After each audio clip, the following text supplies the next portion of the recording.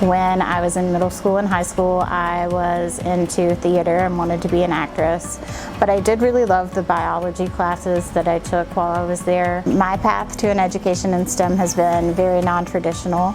I was a dropout from Salem High School in my 11th grade year, and then I had 2 children very early, and so I was a stay-at-home mom for several years after that. But I realized that working part-time in food jobs and retail positions was not the life that I dreamed of, and it wasn't what I wanted to do. So once my children started school, I was able to get my GED, and then I pursued an Associate of Science at our local community college, Virginia Western Community College. I also got a career certificate in biotechnology there. And this is really where my love for science started to blossom. I loved the technology courses that I took, and I loved the biology and microbiology and immunology. So I decided to use the state-approved transfer program so that I could transfer to Virginia Tech to finish a 4-year degree. And I got my Bachelor's of Science in Biological Sciences. I graduated in 2020. And of course, this was in the middle of the COVID-19 pandemic, and Virginia Tech had just started a molecular diagnostics laboratory to test for COVID-19. So I was very eager to use the skills that I had learned in my education to help with the diagnostics testing for the state of Virginia.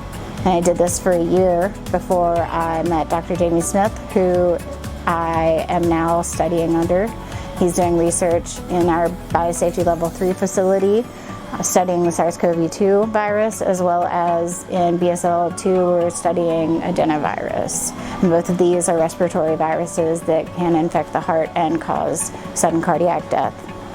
But I think that education is hard for everyone. It's really a matter of being determined and pushing through the hard times. I think having children, obviously, we have to learn to juggle our time, manage our time better, and we can't focus solely on ourselves. So we have to learn that perfection isn't possible in every category. Some things will slip here and there, and that's okay. You have to be okay with giving your best and knowing that you did your best.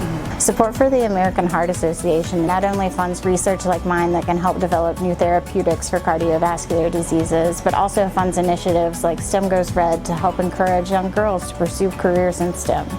I think given the number of women that suffer from heart disease and all of the diseases encompassed within heart disease, like arrhythmias and strokes and heart failure, it's really important to invest in the research in the future going forward, and to have women researchers as well to represent, half of the people who are afflicted by these diseases are women, and it's very important that we have physicians and researchers who understand that.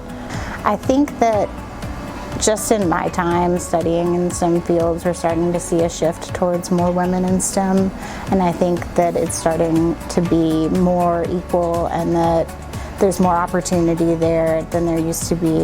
And I think that the future looks really bright for women in STEM, and I hope that everyone will pursue their passion if that's what they're into.